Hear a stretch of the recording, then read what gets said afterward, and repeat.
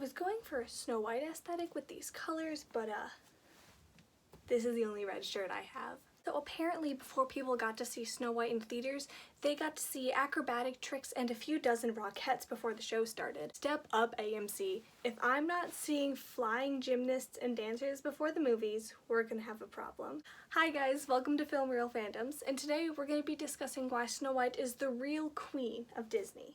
So let's start at the beginning. Snow White took just over 3 years to produce. The story was originally written by the Brothers Grimm and took place somewhere in Germany, where the Brothers Grimm were from. The story was also originally a lot darker, so Disney did have to lighten it up for the film.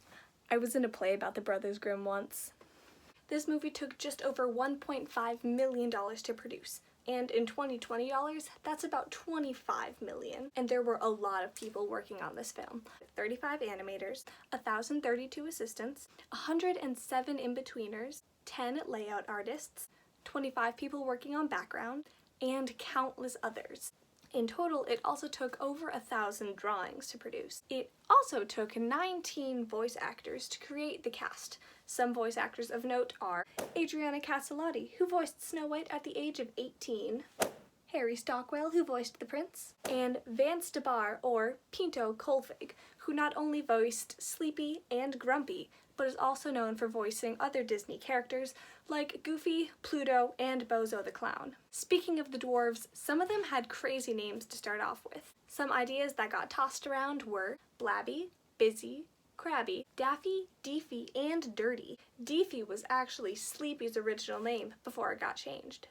Now moving on to the day of the release. According to The Hollywood Reporter, tickets were selling anywhere between $2 to $6.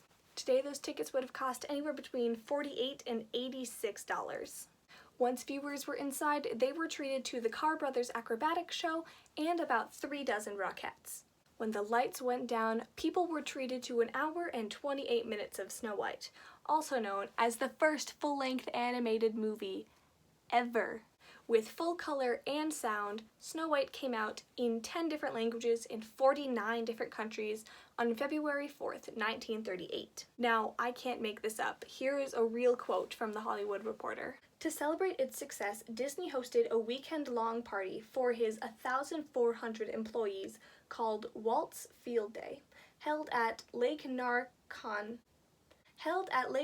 Resort near Riverdale, California. The June 1938 party escalated into debauchery and legend, with nude swimming, drunk animators falling out of windows, and a horse inside the hotel. There has never been a Disney party like it since. Now, not much can top drunk animators, but try $8 million. That's what Snow White made at the box office. Now I hear you, savvy moviegoer. You might know that, yeah, Snow White made $8 million, but Frozen made $1.28 billion, so really it doesn't stack up that much. However, if you account for inflation, Frozen's $1.28 billion looks minuscule compared to Snow White's $1.7 billion. No other Disney movie has grossed that high ever since. Now moving on to some industry awards and implications of the film.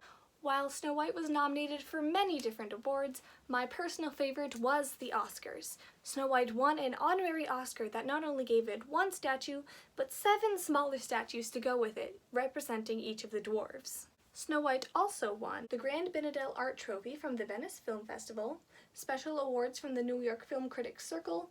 It was among the first 25 featured films to be preserved in the Library of Congress's National Film Registry, and in 2008 it was named the greatest animated film of all time by the American Film Institute. We also need to take a moment to acknowledge the fact that without Snow White, we probably wouldn't even have all the animated movies we have today. Movies like Shrek, like Onward, and all of the other Disney princess movies all originated from Snow White.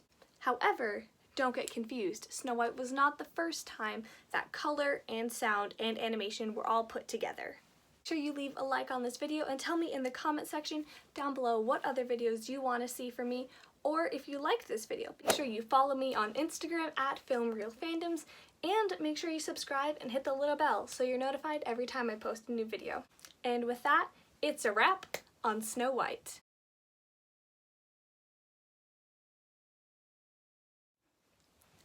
Another fun fact, 25 songs were written for the Snow White movie and only 8 got used. I didn't really have a place to put that in the video, but I thought you guys would like to know.